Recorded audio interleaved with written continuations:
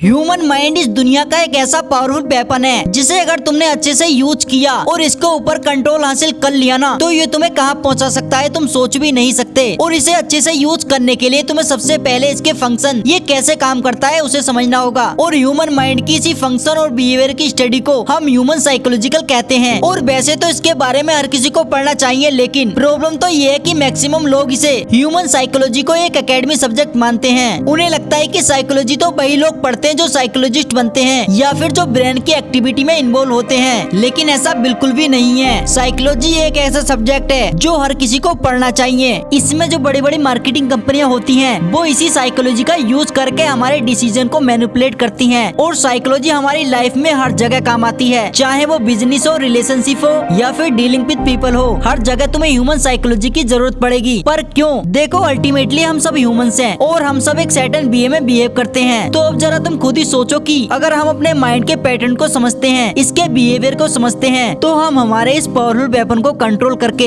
इसके full potential तक पहुंच सकते हैं। इसलिए आज इस वीडियो में मैं तुम्हें 5 ऐसे रीजन या फिर बेनिफिट बताऊंगा जो तुम्हें कन्विंस करेंगे ह्यूमन साइकोलॉजी को पढ़ने के लिए। क्योंकि बिलीव मी दोस्तों, ये एक ऐसा सब्जेक्ट है जिसे अगर तुमने मास्टर कर लिया ना तो तुम खुद पर और इस दुनिया पर कंट्रोल हासिल कर सकते हो। रीजन नंबर 1, खुद को समझने के लिए। ह्यूमन साइकोलॉजी पढ़ने से हम हमारे थॉट्स, इमोशनल और बिलीव और मिरर रिफ्लेक्शन को देख पाते हैं। हम ये समझ पाते हैं कि हम जैसा बिहेव करते हैं वो क्यों करते हैं। और ये चीज बड़ी ही पावरफुल है, क्योंकि अगर तुम ये समझ पाते हो कि तुम जिस भी सिचुएशन में जो भी एक्शन लेते हो वो क्यों लेते हो, क्यों ऐसा बिहेव करते हो, तो तुम नेक्स्ट टाइम अपने बिहेवियर को कंट्रोल करके उसे पॉजिटिव डायरेक्शन में ले जा सकते हो। नहीं समझ में आया तो डरो मत, एग्जाम्पल से समझाता हूँ। हम में से मैक्सिमम लोग घर में तो शेर बन के कुछ भी बोल देते हैं, लेकिन जब बारी आती है स्टेज पर कई सारे लोगों के सामने बोलने की तो हमारी बोलती बंद हो जाती है। और इसके पीछे कई साइकोलॉजिकल रीजन है। तो अब आप इमेजिन करो कि अगर तुम उन रीजन को समझते हो तो तुम ये समझते हो कि स्टेज पर जाने से तुम्हारे ब्रेन में क्या बिहेवियर पैदा होते हैं, तो नेक्स्ट टाइम तुम उस चीज को कंट्रोल भी कर सकते हो।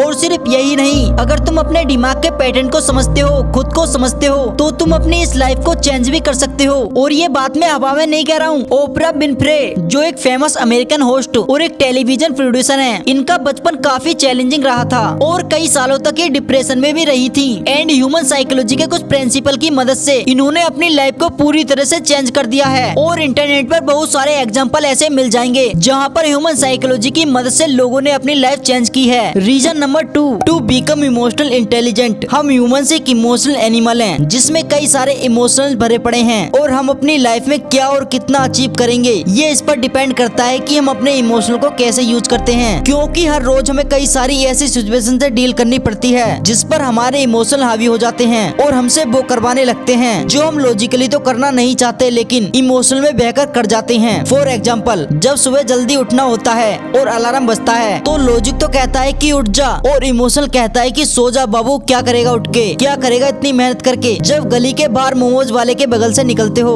खुशबू आती है तो उसे सूंघकर लॉजिक तो कहता है कि भाई मत खा यार, हेल्थ पर ध्यान देना है, लेकिन इमोशनल कहता है कि खा ले बाबू, एक दिन में कुछ नहीं होने वाला। लॉजिक कहता है कि बेटा काम कर ले, लेकिन इमोशनल कहता है कि रील देख ले। और ऐसे ही हमारे सामने हर रोज कई सारी ऐसी सिचुएशन आती हैं जिस पर हमारी इमोशनल जो है ना हमसे वो करवा लेते हैं जो हमारी बॉडी, माइंड और लाइफ की बैंड बजा रही होती है। इसलिए अगर तुम अपनी लाइफ में स्टिलनेस चाहते हो, साइलेंस चाहते हो और लाइफ में कुछ बड़ा करना चाहते हो तो तुम्हें अपने इमोशनल इस चंचल मन को कंट्रोल में करना होगा। और ये तुम तभी कर सकते हो जब तुम इसके फंक्शन को समझते हो, यानी ह्यूमन साइकोलॉजी को समझते हो। ह्यूमन साइकोलॉजी की मदद से तुम अपने इमोशनल ट्रिगर पॉइंट ये कैसे आते हैं और कैसे तुम्हारे ऊपर हावी हो जाते हैं, इन चीजों को समझकर अपने इमोशनल को कंट्रोल कर सकते हो। रीजन नंबर 3, लोगों की डार्क साइड को समझो। तुम्हें ये बात तो माननी होगी कि इस दुनिया में जितने भी अच्छे लोग हैं ना उससे कहीं ज्यादा बुरे लोग हैं। और हम अपनी लाइफ में आगे जाकर कुछ भी करेंगे हमें लोगों से डील तो करनी ही होगी। और जरूरी नहीं है कि तुम्हें लाइफ में अच्छे लोग ही मिलने वाले हैं, तुम अपनी लाइफ में कई सारे ऐसे टॉक्सिक लोगों से मिलोगे जो तुम्हारे लिए सर दर्द बनेंगे। क्योंकि देखो, हम इंसान हैं और हर इंसान के अंदर 2 साइड होती हैं। एक वो साइड होती है जो वो इस दुनिया को दिखाता है और जिसके बेसिस पर लोग उसे जज करते हैं, और एक होती है डार्क साइड, वो दुनिया के सामने कभी नहीं दिखाते। और प्रॉब्लम तो यही है कि इसी डार्क साइड में वो तुम्हारे लिए निगेटिव इमोशनल इनसिक्योरिटी छुपाते हैं जिसे अगर तुमने नहीं समझा तो तुम्हारे लिए बुरा भी हो सकता है। और अगर तुमने इसे अच्छे से समझ लिया तो तुम सामने वाले से अच्छे से डील कर सकते हो और इनफैक्ट उसे कंट्रोल भी कर सकते हो। और ह्यूमन साइकोलॉजी की मदद से तुम सामने वाले की डार्क साइड को पहचान पहचान सकते हो। और सिर्फ इतना ही नहीं, ह्यूमन साइकोलॉजी की मदद से तुम लाइफ की क्रूशल स्किल जैसे कम्युनिकेशन स्किल और लीडरशिप स्किल, इन स्किलों को मास्टर कर सकते हो। रीजन नंबर 4, इस दुनिया की डार्क साइड को समझने और उससे निपटने के लिए अगर मैं तुमसे पूछूं कि तुम अपनी लाइफ में सक्सेसफुल क्यों नहीं हो पा रहे हो, तो तुम इस सवाल पर क्या बोलोगे? पैसा नहीं है, किस्मत खराब है, या फिर कंसिस्टेंसी मेंटेन नहीं कर पा रहा हूँ? वेल, तुम्हारा आंसर जो भी हो, पर सच्चाई तो ये है कि तुम इस दुनिया की डार्क साइड को समझ ही नहीं पा रहे हो। और इस दुनिया के जो टॉप 1% लोग है ना, वो कभी नहीं चाहते कि तुम इस चीप एंटरटेनमेंट से बाहर निकलो। Cheap entertainment like Bigg Boss कौन जीता, एल्विस भाई के आगे कोई बोल सकता है क्या,